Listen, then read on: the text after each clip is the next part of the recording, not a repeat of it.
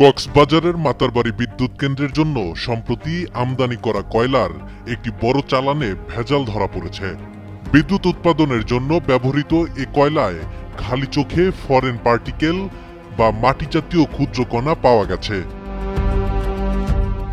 বিশেষজ্ঞরা বলছেন, নিম্নমানের এই কয়লা ব্যবহার করলে বিদ্যুৎ কেন্দ্রটির মূল্যবান যন্ত্রপাতি নষ্ট হয়ে যাবে।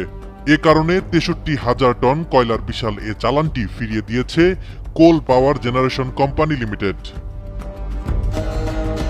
মাতারবাড়ি বিদ্যুৎ কেন্দ্রের জন্য ১,০০০ কোটি টাকা দামের ৬৩,০০০ টন কয়লা নিয়ে ইন্দোনেশিয়া থেকে সিঙ্গাপুরের পতাকাবাহী এমভি ওরিয়েন্ট আর্কিড জাহাজ গত ১৭ মার্চ মাতারবাড়ি বন্দরের চ্যানেলে প্রবেশ করে। কয়লা খালাসের সময় দেখা যায় তাতে প্রচুর মাটি রয়েছে। এর মধ্যেই আমদানি করা ৬৩,০০০ টন কয়লার মধ্যে ২২,৩৫০ টন কয়লা আনলোড করাও হয়। চালানে অতিরিক্ত মাটি থাকায় কয়লা খালাসের জন্য ব্যবহৃত কনভেয়র বেল্ট বারবার বিকল হয়ে যাচ্ছিল। পরে বিদ্যুৎ কেন্দ্রের কর্মকর্তারা জাহাজ থেকে কয়লা খালাস বন্ধ করে দিয়ে জাহাজটিকে ৪০,৬৫০ টন কয়লা সহ চট্টগ্রাম বন্দরের বহির্নোঙরে পাঠিয়ে দেন। কারা সরবরাহ করেছিল এই কয়লা? সিপিজিসিএল সূত্রে জানা যায়, মাতারবাড়ি কয়লা বিদ্যুৎ প্রকল্পের ইউনিট কমিশনিং এর জন্য জাপানের সুমিতমো কর্পোরেশনের মাধ্যমে কয়লা আনা হতো। গত আগস্ট মাসে জাপানি প্রতিষ্ঠানের সাথে চুক্তি শেষ হয়েছে। এরপরেই টেন্ডারের মাধ্যমে ইন্দোনেশিয়া থেকে কয়লা সংগ্রহের দায়িত্ব পায় মেঘনা গ্রুপের সহযোগী প্রতিষ্ঠান ইউনিক সিমেন্ট ইন্ডাস্ট্রিজ লিমিটেড এবং ভারতীয় Aditya Birla global trading private limited. তাদের চালানে পাঠানো কয়লায় বিপুল পরিমাণ মাটি ছিল, যা বিদ্যুৎ কেন্দ্রের বিদ্যুৎ উৎপাদনের মানের নয়। জাপান ও প্রতিষ্ঠানের মাধ্যমে আনানো কয়লায় এই ধরনের বিপত্তি আগে দেখেনি বিদ্যুৎ কেন্দ্রটি।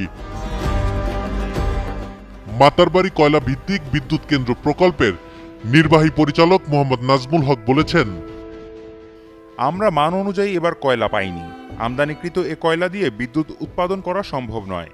এ কয়লা ব্যবহার করলে মাতারবাড়ি বিদ্যুৎ কেন্দ্রের যন্ত্রপাতি নষ্ট হয়ে যাবে। এরই মধ্যে সেই কয়লা বহনকারী জাহাজ জেটি থেকে বের হয়ে চলে গেছে। এখন বাকিটা সরবরাহকারী প্রতিষ্ঠানের ব্যাপার, ওরা এ কয়লা দিয়ে কি করবে। আমরা এ কয়লা প্রত্যাখ্যান করে দিয়েছি। পরে যদি মানসম্পন্ন কয়লা সরবরাহ করে তখন চিন্তাভাবনা করে দেখা হবে। মাতারবাড়ি সাইট অফিসের প্রধান প্রকৌশলী মোহাম্মদ সাইফুর রহমান বলেছেন, আমদানিকৃত এ কয়লায় দৃশ্যত কিছু ফরেন পার্টিকেল ছিল। এটি মানসম্পন্ন কয়লা ছিল না। এ কারণে আমরা এ কয়লার চালান বাতিল করে দিয়েছি। গত ৩-৪ মাস ধরে এ কোম্পানিটি মাতারবাড়ি বিদ্যুৎ কেন্দ্রে কয়লা সরবরাহ করে আসছিল। এ কেন্দ্রে কয়লা সরবরাহের জন্য আন্তর্জাতিক টেন্ডার হয়েছিল। পরে জয়েন্ট ভেঞ্চারে Aditya Birla and Unique cement কয়লা সরবরাহের কাজ পায়। মানহীন কয়লা সরবরাহের মাধ্যমে মেঘনা গ্রুপ একটি আর্থিক কেলেঙ্কারি ঘটিয়েছে বলে দেশের ব্যবসায়িক মহল দাবি করছেন।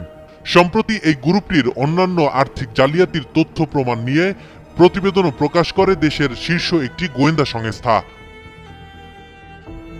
সেই প্রতিবেদনে জানা যায়, পণ্য আমদানির আড়ালে প্রায় ৮০,০০০ কোটি টাকা পাচার করেছে মেঘনা গ্রুপ।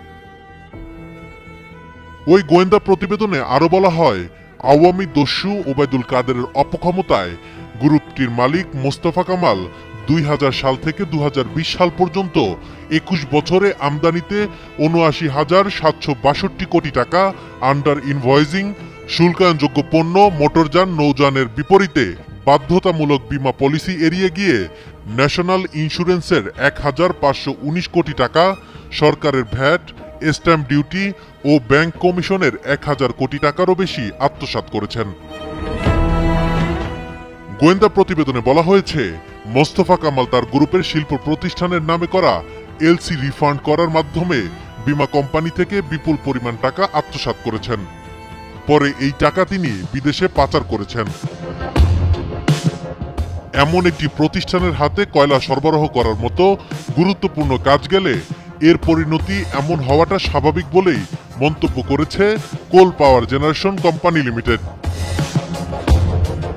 দেশের বিদ্যুৎ চাহিদার বড় একটি অংশ পূরণে মাতারবাড়ি বিদ্যুৎ কেন্দ্র খুবই গুরুত্বপূর্ণ। মেঘনা গ্রুপের এই অঙ্গ প্রতিষ্ঠানটির এমন খামখেয়ালি আচরণে ঝুঁকির মুখে পড়েছিল বিদ্যুৎ কেন্দ্রটি। নিজের দেশের সাথে মেঘনা গ্রুপের এমন ব্যবসায়িক অসদাচরণের কারণে ব্যবসায়িক মহল নিন্দার ঝড় তুলেছে।